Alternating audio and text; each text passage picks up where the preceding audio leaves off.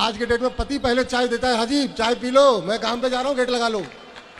ऐसी पत्नी है आपकी? तो औरतें शराब पी रही हैं क्या? औरतें कंडीशन में रहती है, मतलब डिसिप्लिन में खो देती है कभी हाँ, कभी। हाँ। मतलब मम्मी कहती है ये करो, बहू कहती है मैं ये करूंगी। हाँ, ये सही है। आजकल की महिलाएं पुरुषों पर बहुत अत्याचार कर रही हैं, ये मानना पड़ेगा। रोज सभी नहीं, पर महिलाएं अत्याचार कर रही हैं। अब देखिए, बहू का अत्याचार, कुछ बहुओं का, आप क्षमा करना, सबके लिए ये बात नहीं है, पर कुछ बहुएं अपने पति से ये कंडीशन रखती हैं कि या तो अपनी माँ को रख लो, या तो मुझे रख लो, या तो अपनी माँ की सुन लो, या तो मेरी सुन लो। पति माँ की सुने तो पत्नी नाराज हो जाती, तुम माँ की सुनते हो, हमारी सुनते नहीं। अब बेचारा पुरुष भाई, पुरुष का धर्म है कि वो अपनी माँ को भी लेकर चले और अपनी पत्नी को भी लेकर चले और अपने बच्चों को भी लेकर चले और बाहर जाके कमा के भी लाए। ये बड़ी जिम्मेदारियां रहती हैं, इसलिए पुरुष को पत्नी का पूरा सपोर्ट मिलना चाहिए। और पत्नी ये कंडीशन ना रखे कि तुम अपनी माँ की, कल तुम सास बनोगी, शर्त लगा लेना, मैं लिख के देता हूं, जो तुम अत्याचार अपनी सास पर करोगी वही लिख के रख लेना, मढ़वा लेना, इसको प्रिंट करा लेना, वही अत्याचार तुम्हारे साथ होगा, ब्याज के साथ। ईश्वर के घर देर है अंधेर नहीं। लोग नहीं समझ रहे हैं, लोग वर्तमान को देख रहे हैं बस। अच्छा गुरुजी, एक बात और बोलो। जैसे कि मैं तो सुबह गाड़ी चलाता हूँ, सुबह सुबह चला जाता हूँ गाड़ी चलाने के लिए, ठीक है। घर से बेकर चाय पिए भी चला जाता हूँ, बाहर पी लेता हूँ, ठीक है।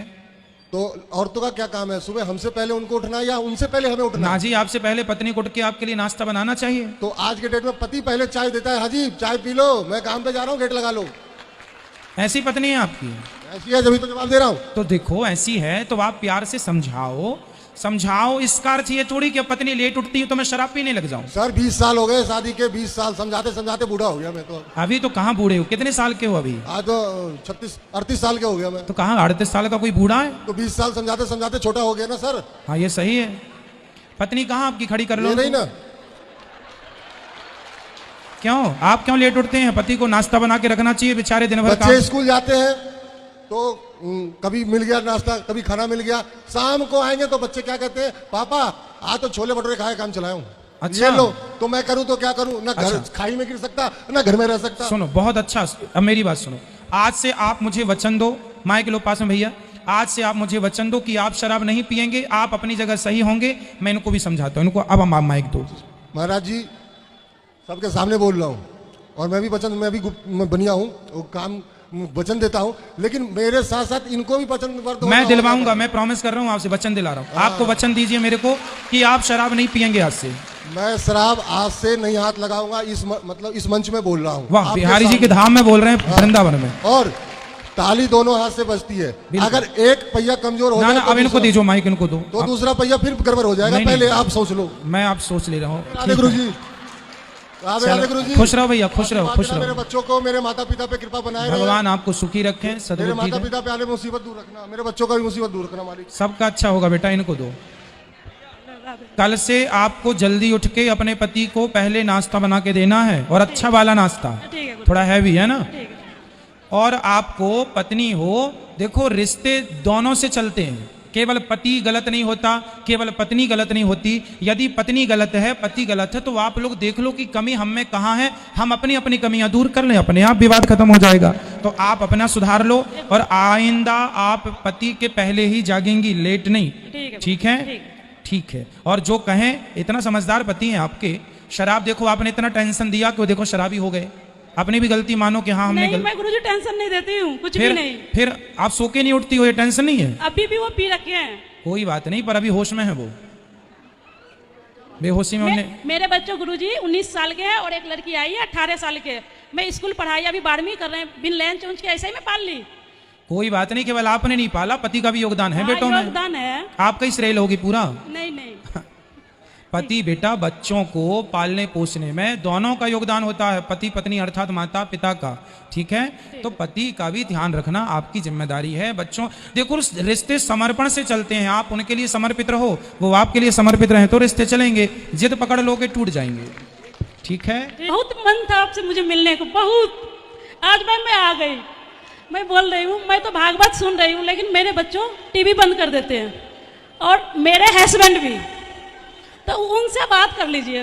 कराइए ये, और दारू भी पीते हैं। करा दो। कुंदन, कहाँ से हैं आप? दिल्ली। दिल्ली रहते हैं, काम करते हैं कुछ? हाँ करते हैं। शराब रोज पीते हैं? कभी कभी? कभी कभी। तो कभी कभी आपके बच्चे हैं? हाँ है। बेटा बेटी? एक बेटा एक बेटी। तो आपके बेटे, आप क्या उनको भी बड़े होकर शराब पिलाना चाहेंगे? नहीं। फिर देखो, जो बेटा आपके बच्चों के लिए जो फायदेमंद नहीं है वो आपके लिए कैसे फायदेमंद होगी? शराब क्या मेरे लिए, मैं अच्छा पीने लगूं तो क्या मेरा फायदा होगा शराब पीने से? आप बताइए, हमें सुझाव दीजिए। हम शराब पीने लगे तो हमारा फायदा होगा? बेटा बैठ जाओ। हाँ बोलो बेटा। सर जवाब दो भैया, आप मेरे से बात करो। मैं शराब पीने लगूं तो मेरा फायदा होगा? नहीं। तो जब मेरा फायदा नहीं तो आपका कैसे होगा शराब पीने से फायदा?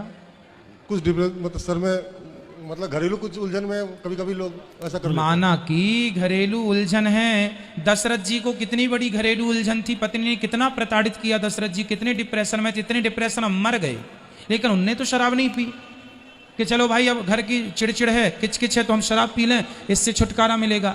तो भाई झगड़े लड़ाई सबके घर होते हैं, प्यार मोहब्बत से रहो। और शराब ऑप्शन नहीं है किसी विकल्प, शराब ऑप्शन नहीं है किसी भी समाधान नहीं है कि आप टेंशन में हैं तो शराब पी लें।